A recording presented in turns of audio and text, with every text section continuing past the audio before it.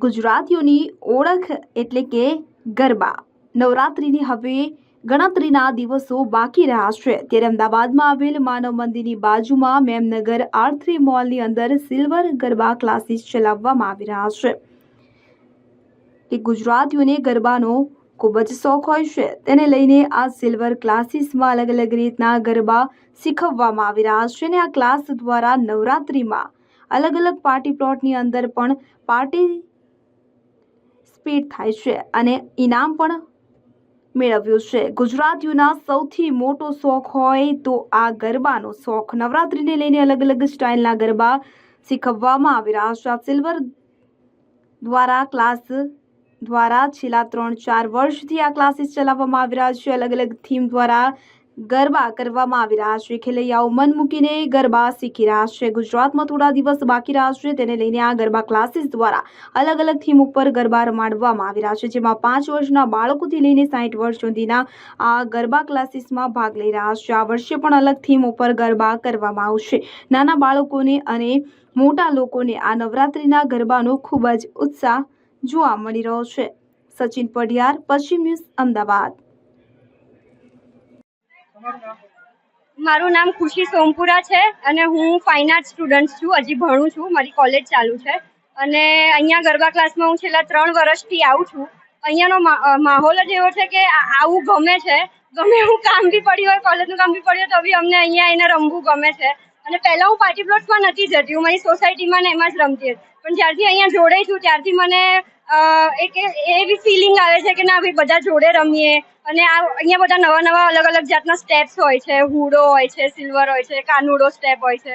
તો અહીંયા બધા જોડે રમવાની ખૂબ જ મજા આવે છે અને નવા સ્ટેપ શીખીએ અને બીજા લોકોને બી શીખવાડીએ તો એ લોકો બી જોઈને કહે છે કે તમે કયા ક્લાસીસમાંથી શીખ્યા છે. તો સિલ્વર ગરબામાં આવવાની ખૂબ જ મજા આવે છે અને એક બી દિવસ પાડવો ગમતો નથી અમને. તેને લઈને વાત એમ છે કે શેરી ગરબામાં શું કે અમે નોર્મલ સ્ટેપ કરતા હોઈએ, સોસાયટીમાં બધા હોય તો મોટી ઉંમરના બી લોકો હોય તો એમની સામે થોડું એવું થાય કે થોડી મર્યાદામાં રમવું પડે, થોડા નવા સ્ટેપ ના હોય. પણ અહીંયા એને નવા સ્ટેપ શીખવા મળે છે તો અમને ગમે છે રમવું. દાખલા શીખ્યા છે, કાનુડો સ્ટેપ શીખ્યો છે અને રામલીલા સ્ટેપ ને એ બધું અમે નવું શીખ્યું છે અહીંયા.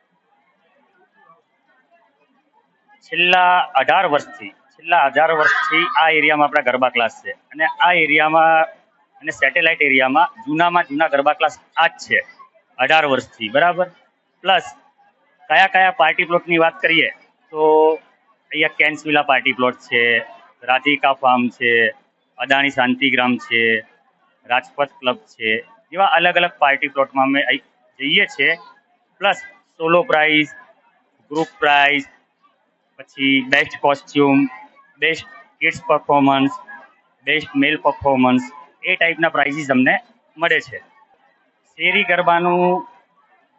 ગરબાનું કહેવા જઈએ તો એ આપણું જૂનવાણી છે, બરાબર. અને એ જૂનવાણી ક્યારે ભૂલાય નહીં, બરાબર. કેમ કે એ ગરબા હતા તો અત્યારે હાલ આ પ્રોફેશનલ ગરબા રમાય છે અને બોલિવૂડ સ્ટાઇલ રમાય છે.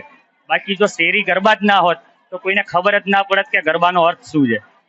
એટલે શેરી ગરબા પરથી આ બધા ગરબા બન્યા છે. બાકી મેન ઇમ્પોર્ટન્સ તો હું શેરી ગરબાને જ આપું છું. પણ આ તો જેમ જમાનો બદલાય એ રીતે આપણે રમવું પડે છે. બાકી શેરી ગરબા એ શેરી ગરબા.